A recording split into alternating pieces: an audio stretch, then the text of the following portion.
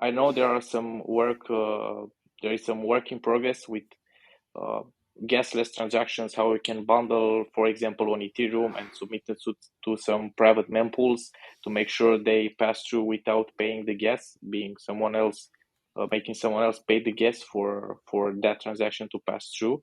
So I think the steps would be mainly from the UI side to be able to identify the right parameters to use when making the transactions. And when it means to privacy and security and something that would make you comfortable enough to make transactions if you are a person who didn't, let's say, played with crypto at all. I think wallets that enable social recovery, they are very important. I know that Vitalik touched repeatedly this point, to be able to recover the keys. And I love the fact that Marshall mentioned about changing your private key. I love that idea. So I think that's a really important feature that needs to be brought to the mainstream. And I also think that migrating the keys to a mobile wallet, because with the phone having in your hand, it gives you that sense of security because you can see it, it's in your control.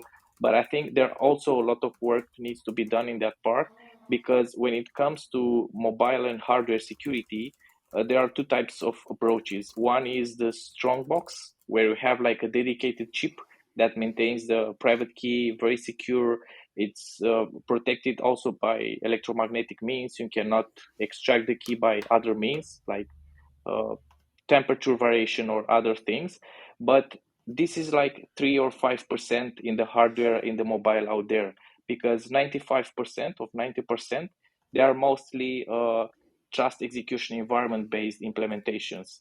So what this means is that there is a piece of software in the operating system that handles that for you and gives you the impression that is secure.